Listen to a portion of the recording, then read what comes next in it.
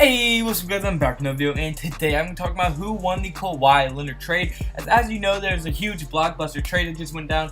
Kawhi Leonard and Danny Green got sent to the Toronto Raptors for DeMar DeRozan and a few other things, and I think a pick as well. So, I mean, it was kind of an even trade. I don't think there was really a big winner or a big loser of this trade, in my opinion. But I'm getting to why both teams won the trade and like which team do I think personally won the trade, in my opinion. So yeah, without further ado, without me rambling on too much, let's get right into this video. Alright, so the first thing we're getting into for this video, before I get into who I think won or why I think both teams won the trade, is going to be what the actual trade package was itself. The San Antonio Spurs ended up getting DeMar DeRozan, Jacob, I can't pronounce his last name, and a protected first-round pick in the 2019 NBA draft, while the Raptors got Kawhi Leonard and Danny Green. So both, they got pretty even value. I think the Raptors got more value, but the Spurs got more like future value, you know what I'm saying? So yeah, but now I'm getting into why I think both teams won the trade. And so first I'm getting into is the Toronto Raptors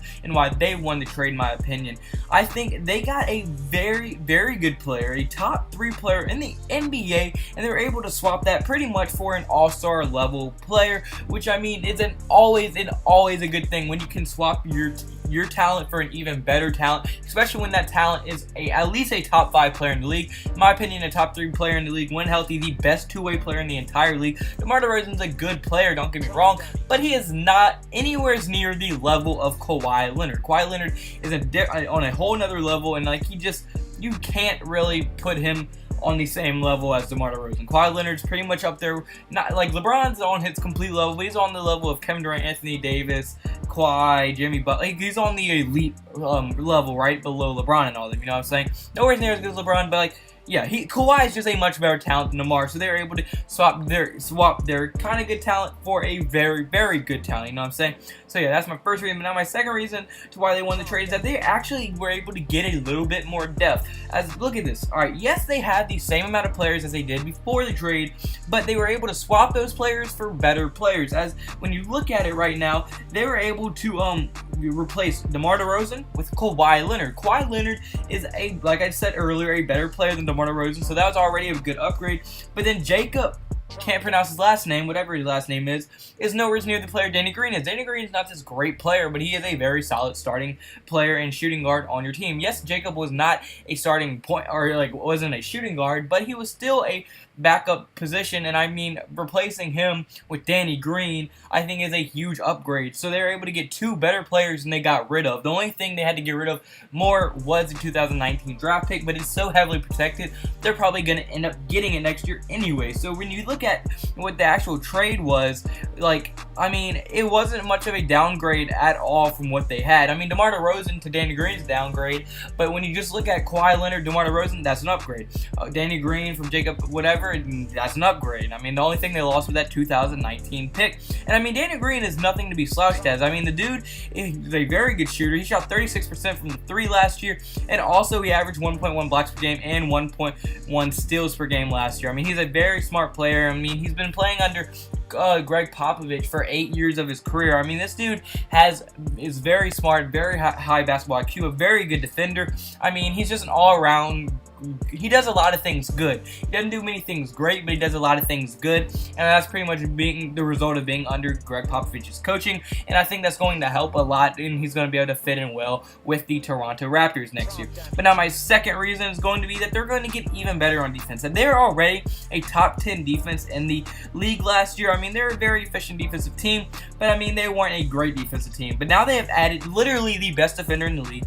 Yes, he should have won Defensive Player of the Year every year he's been healthy since they won the finals. He's the best two-way player in the entire league. So no matter what, their offense has to get better. But then also Danny Green, another great defensive player. Bang, your defense has gotten way better. I mean, DeMar DeRozan's good on defense, don't get me wrong, but Kawhi Leonard is much better. Danny Green is a very good defender. Now their starting lineup consists of Kyle Lowry, a decent defender, Danny Green, a good defender, Kawhi Leonard, an amazing defender, Valanciunas, a good rim protector, and Serge Ibaka, I think.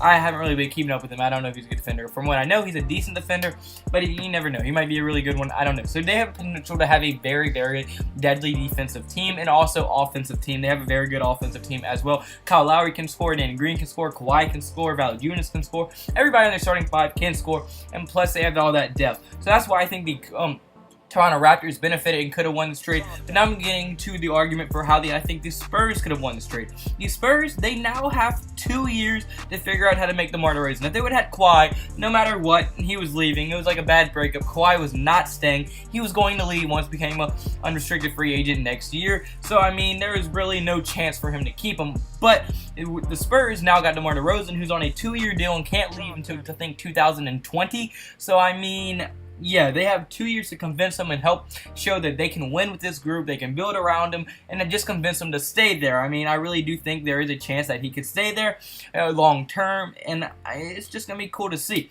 But then my second reason is going to be that they're still a legit playoff team. I mean, they lost a player at the caliber of Kawhi Leonard and managed to still be a very good team in the West. I mean, not very often do you see a team have to trade away a beast or a superstar. Like, for the Cavs example, they got Isaiah Thomas for Kyrie Irving. I mean, Kyrie Irving is leaps and bounds better than Isaiah Thomas. I mean, not when he was in Boston. Isaiah Thomas was a very good player in Boston, but he's just a role player for the Cavs and any other team he's going to be on unless he goes back to Boston, and because he can just fit into that system so good. But I mean, like, no matter what, their team is going to be a playoff team. I can't see a team that's starting LaMarcus Aldridge, Jamal Murray, DeMar DeRozan, Paul Gasol, maybe Manu Ginobili. I don't know. But I mean, I can't see a team starting that five and not making it into the not making it at least the A seed in the playoffs. I think they're still going to be a playoff team. And I mean, the Spurs are just that good of an organization where you can lose a player like Kawhi and still be a good organization. They're just that good. Plus, they have Greg Popovich, so all their role players are going to be good. Lonnie Walker, he's looking good in Summer League, so I mean, they're telling how good he could be. You really never know. But now I'm going to get into who I really think won this trade. Because, I mean, I think it's a very even trade, but who I think ultimately won the trade is the Toronto Raptors. I mean, just look, at first it would have been the Spurs. Because, I mean, I was like, there's no chance Kawhi stays in Toronto. I mean, who wants to stay in Canada? No offense if you're Canadian, but fuck Canada. I'm kidding, that was me. That was an unneeded shot at Canada. I'm sorry. But now back to the video. I mean, I was like, there's no way Kawhi's going to stay there. There's a terrible trade. But then there have been reports coming out that Kawhi is warming up to the idea of playing with the Toronto Raptors, and like he's kind of starting to like that he wants to be with them and stuff.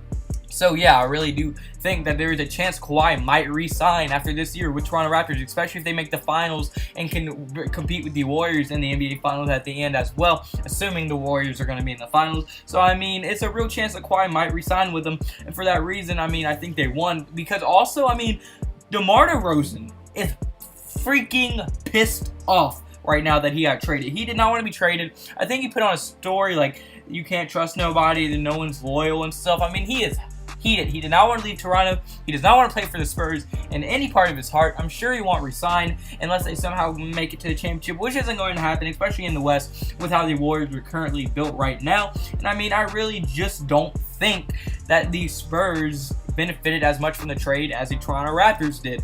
So ultimately, I think the Raptors did win the trade. I don't think they won by a lot. I think it was like pretty even, and then just one team had to win from like small stuff. So I do think they did end up winning this trade. But I want to hear your thoughts below. Who do you think won the trade? Do you think Kawhi's going to re-sign with Raptors? Do you think DeMar's going to re-sign with the Spurs? Do you think it was a good trade? Who do you think won? Comment all of that below. I really want to hear your thoughts and opinions. If you have any video ideas you want to see me make in the future, comment those below as well. I like to comment, give you credit in the video, do all that good stuff. I mean, I just really want to hear your thoughts and opinions on this current video right now. If you did like the video at any point, hit the like button and subscribe button.